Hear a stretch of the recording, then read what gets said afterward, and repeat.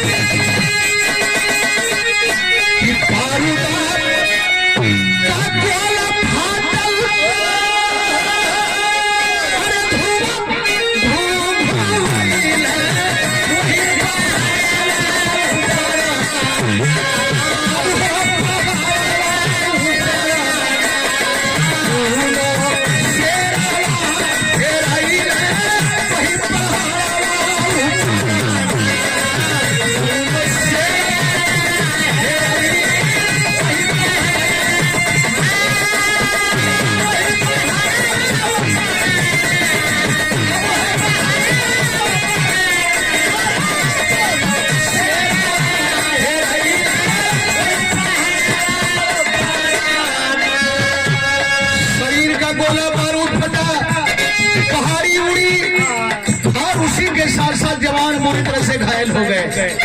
घायल होकर के हुआ क्या?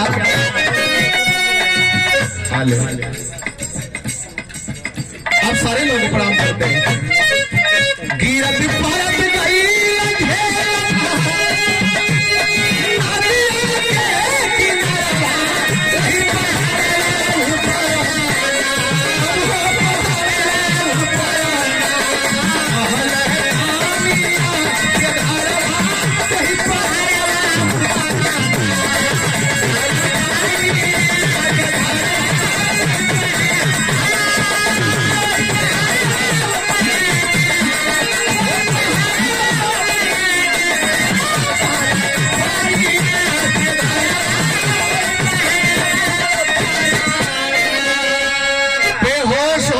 चोटिल होकर के झेलम नदी के तेज बहाव में गिर पड़े।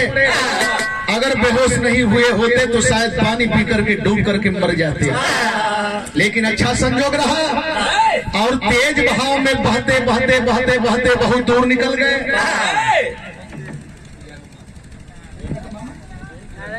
पूजा का मामा, दुल्हन की मामा, ये प्यार स्नेह भरा 100 रुपये पुरस्कार बहुत बहुत प्रणाम करते हैं। आप सारे लोगों का सादर सम्मान करते ही।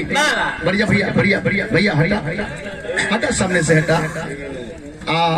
इस समय ना रह ले, लेकिन समाज के देख के समय कब्बो बन जा ले। घाव करेंगे बहुत दूर बहते बहते चले गए। है कोई आगे है, कोई पीछे है, कोई आगे है, कोई पीछे है, लेकिन इतना दूर गए कि एक मल्लाह नौजवान अपनी नैया लगा करके खड़ा है। प्रधान जी आ गए, जैन ससुराल है ना, तो ये 100 रुपया पुरस्कार पूर्व प्रधान, वर्तमान में प्रधानाध्यापक, और ये प्यार 100 रुपए का बहुत बहुत धन्यवाद देते हैं। हमारे छोटे भाई हैं। यह त्याग, यह तपस्या, यह समर्पण मंजिल तक पहुंचाता है। गौर करेंगे मेरे दोस्त, आखिर में हुआ क्या? जिस समय मामट मल्लाह देखा, समझते देर नहीं लगी, ये फौजी हो सकते हैं, ये वर्दी में फौजी हो सकते हैं, लेकिन इनको देखा जाए आखिरकार इस पोजीशन में एजैन एक दादा वाली लग गई लादा।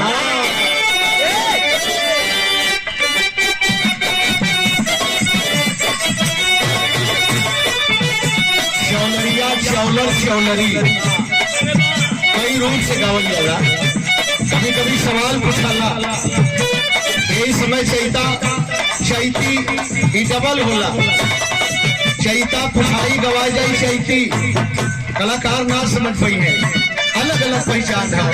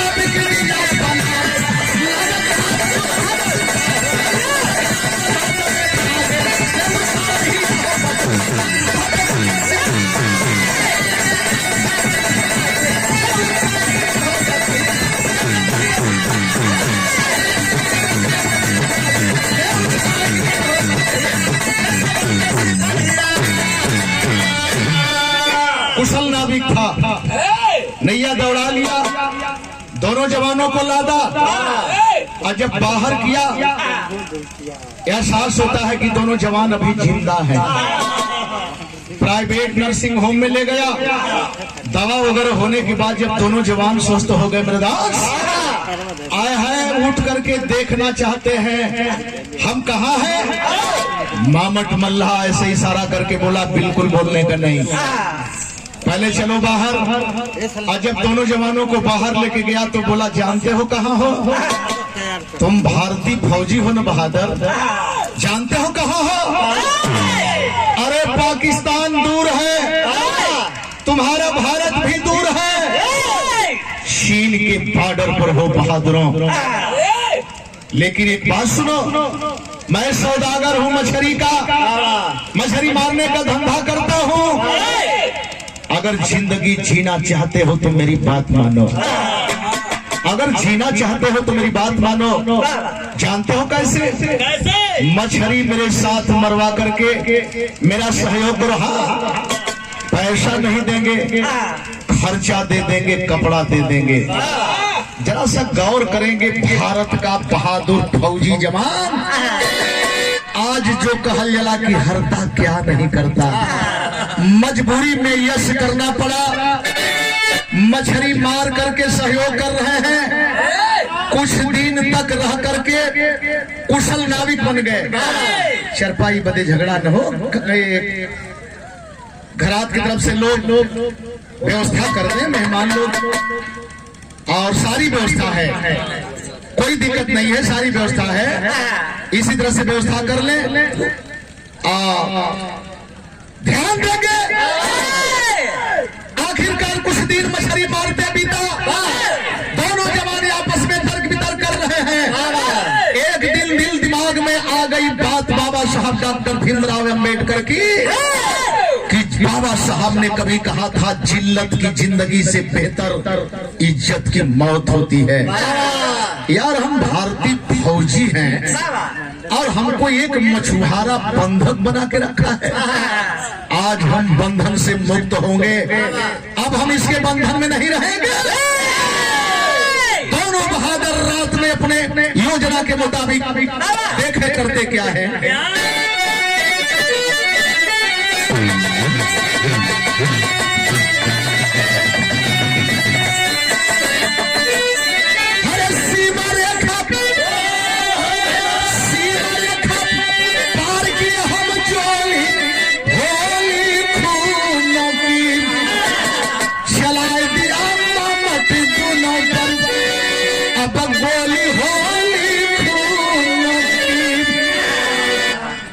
नैया खोले जब मामट नींद में खर्राटा भरने लगा तो नैया खोले, दोनों बहादुर सरहद को पार किए।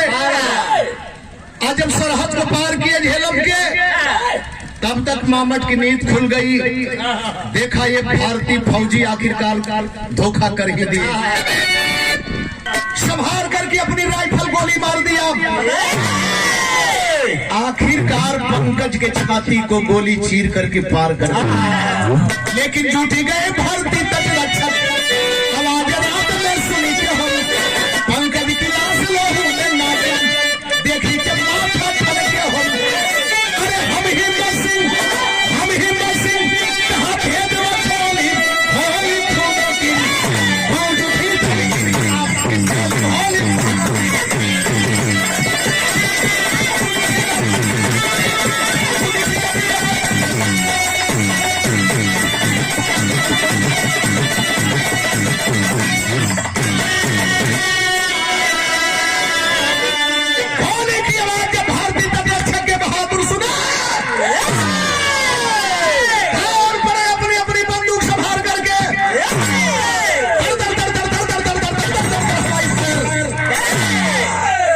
मामट मल्ला कुशल चालक था।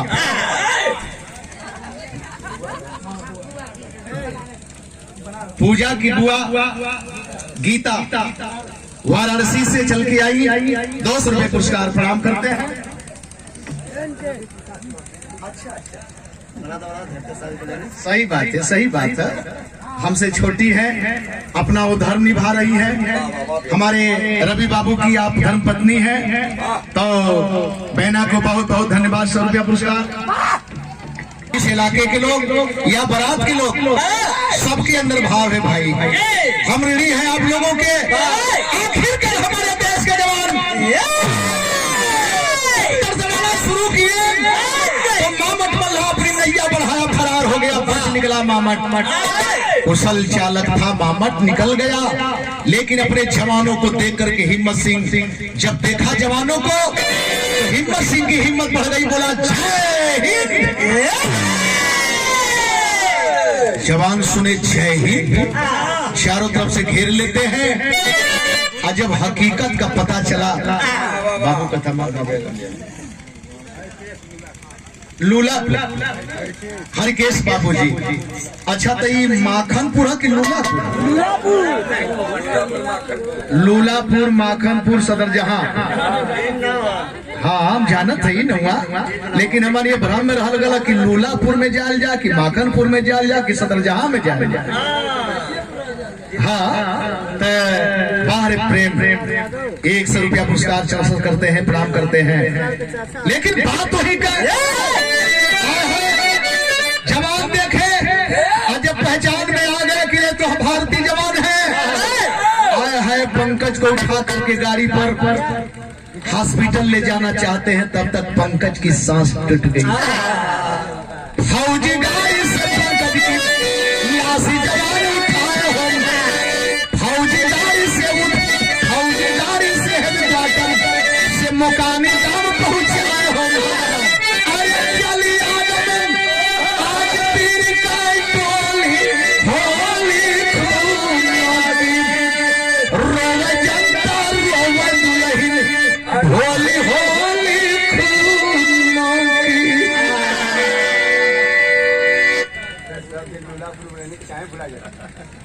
मलिकार पूजा बिटिया के पापा, ये 500 रुपया पुरस्कार। आपका कहना हम कि सब दिन लूलापुर में रहला था, आज भुलात कैसे हुआ? ना भुलाई भाई, नहीं लूलापुर में भुलात ना है। बहुत बहुत प्रणाम करते हैं। ये 500 रुपये पुरस्कार। गौर करेंगे, गाड़ी में लाश उठाई गई, हेडक्वार्टर से मंजूसे में तिरंगा झंडा में लपेट करके देखे मुकामी गांव लोग लाए। तो नई नवेली है मेरे दोस्त, कैसे दिन बीती हो। जवान आए, चीता पर लाश रखी गई, लोग सलामी लिए, मुखाग्नि लगाई गई। और जब चीता जल के राख हो गया मेरे दोस्त, तो जवान फिर फौजी गाड़ी में तैयार होते हैं वापस के लिए। चल गया, वापस के लिए चलते हैं, उधमपुर स्टेशन के करीब में पहुंचते हैं। गौर करेंगे, वही एकाएक दिमाग में बात याद आई। हिम्मत सिंह बोला, साथियों हमारा घर यहाँ से कुछ ही दूर है, प्लीज हमको यहीं पर छोड़ दिया जाए, हम अपने घर को चले जाएंगे। जवान बोले, जैसी आपकी इच्छा। लेकिन हिम्मत सिंह स्टेशन के अंदर जब ही प्रवेश करता है मेरे दोस्त, जब ही प्रवेश करता है, पहले नंबर के प्लेटफार्म पर कदम रखता है, और तब तक बिरहवर गजब हो गई भैया। देखे हिम्मत सिंह प्लेटफार्म नंबर 1 पर जाते ही देखते क्या है,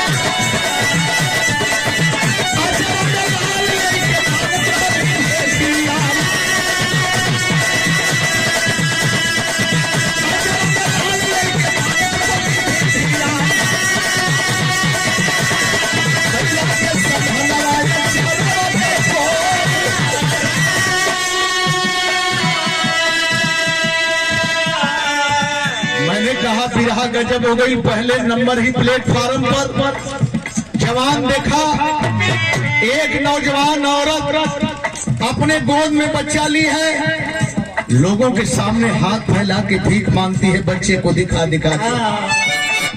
वो औरत कौन है मेरे दोस्त?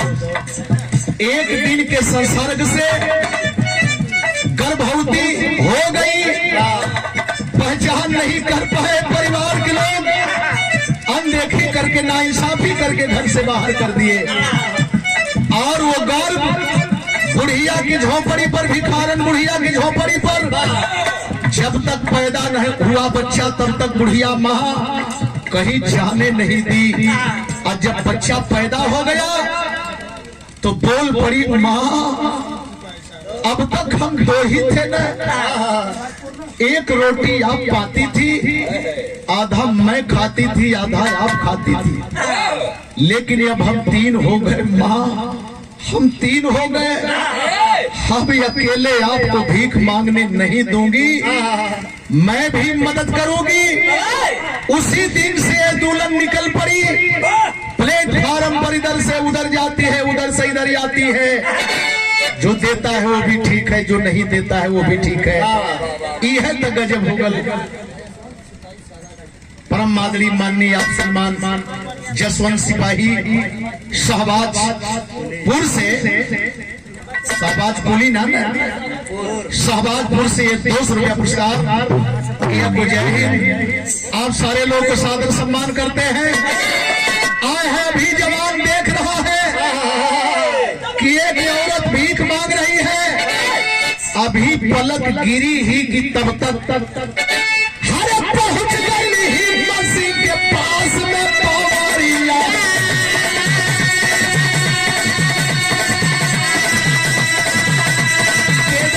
बाबू कई हथौड़ा के जोर, बाबू कई हथौड़ा के जोर।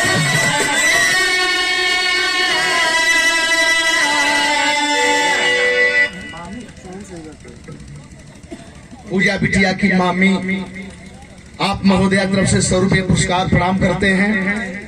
आप सारे लोग का सादर सम्मान करते हैं। मैंने बताया कि अभी पलक गिरी ही कि तब तक हिम्मत सिंह फौजी करीब में आ गई और आते ही बोली, बाबू आप भी कुछ दे दें, बाबू आप भी कुछ दे दें बच्चे के लिए। जवान जब इस औरत को देखा,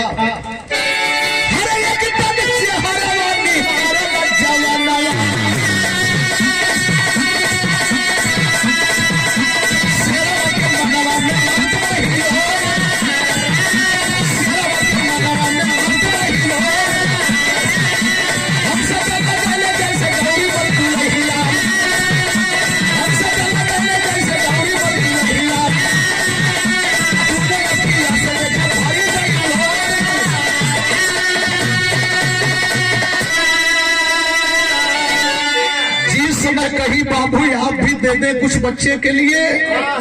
आंखें फाड़ फाड़ के देख रहा है नीचे ऊपर, मने मने ज्वार भाटा फट रहा है, अंदर दिल में ज्वार भाटा फट रहा है। यही सोच रहा है कि एकदम हमारे गौरी मती लगतिया, एकदम गौरी मती लगतिया। अब तब तक डांट करके बोल पड़ा, रे सुंदरी, इतना हसीन चेहरा, इतनी सुंदर शरीर, भीख मांगते समय शर्म नहीं लगती? कैसा है गद्दार रे इस बच्चे का बाप, अनमोल हीरा पैदा करने को कर दिया और वो कमीना इस बच्चे को ढाल बना करके भीख मंगवाता है तुमसे। कलश बाबू, बच्चा के मत कुछ कहा बाबू, बच्चा के मत कुछ कहा साहब। अरे ये नहीं कि पाए कि हम भीख मांगत है। पहली निशानी देख गईले, फिर वापस ना अइले साहेब। अगर ये ना रहल होता तो कहिए इस शरीर गंवा दिले होती बाबू।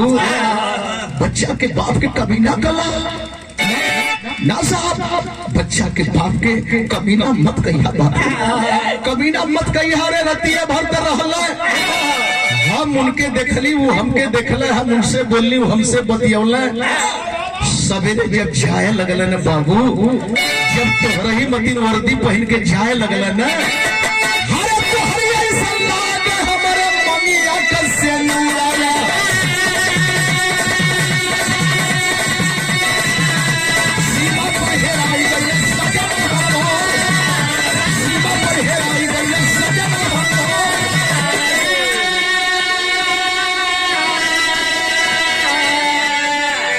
कतार मत कहा बाबू कतार मत कहा जब वर्दी पहन के जाए लगल एकदम राउर मतिन लगे हो साहेब एकदम यहाँ पर मतिन लगे।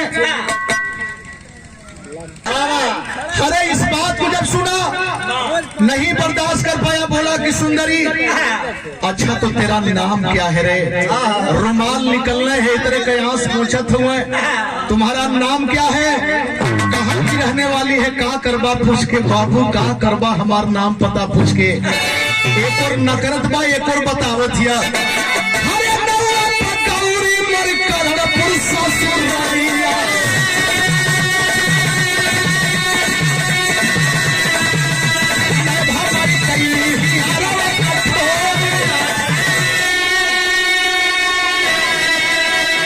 अरे हमार नाम गौरी है बाबू हमार करणपुर ससुरारिया मऊ कोनो खानदान के बेटी है।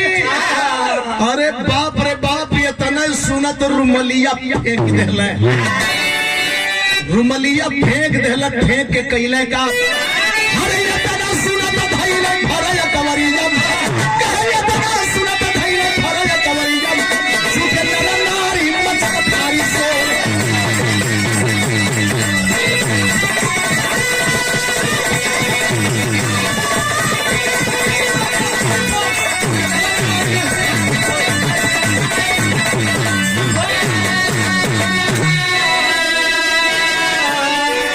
अखबार में दबा गौरी अरे गौरी मैं जिंदा हूँ रे गौरी मैं हिम्मत सिंह जिंदा हूँ तुम्हारी ये हालात तबले प्लेटफार्म पर मेहरारू मर्द का भीड़ जुट गई दुकानदार अपन अपन दुकान छोड़ के दौड़ल एक और रोवत हो एक और अपनी बतियावत हो का कहत रहल गल है न कि भिखारी मती ना लगत भिखारी ना है एक मंगहू का सहूर ना आखिरकार बात पर्दा पे आई गई ना।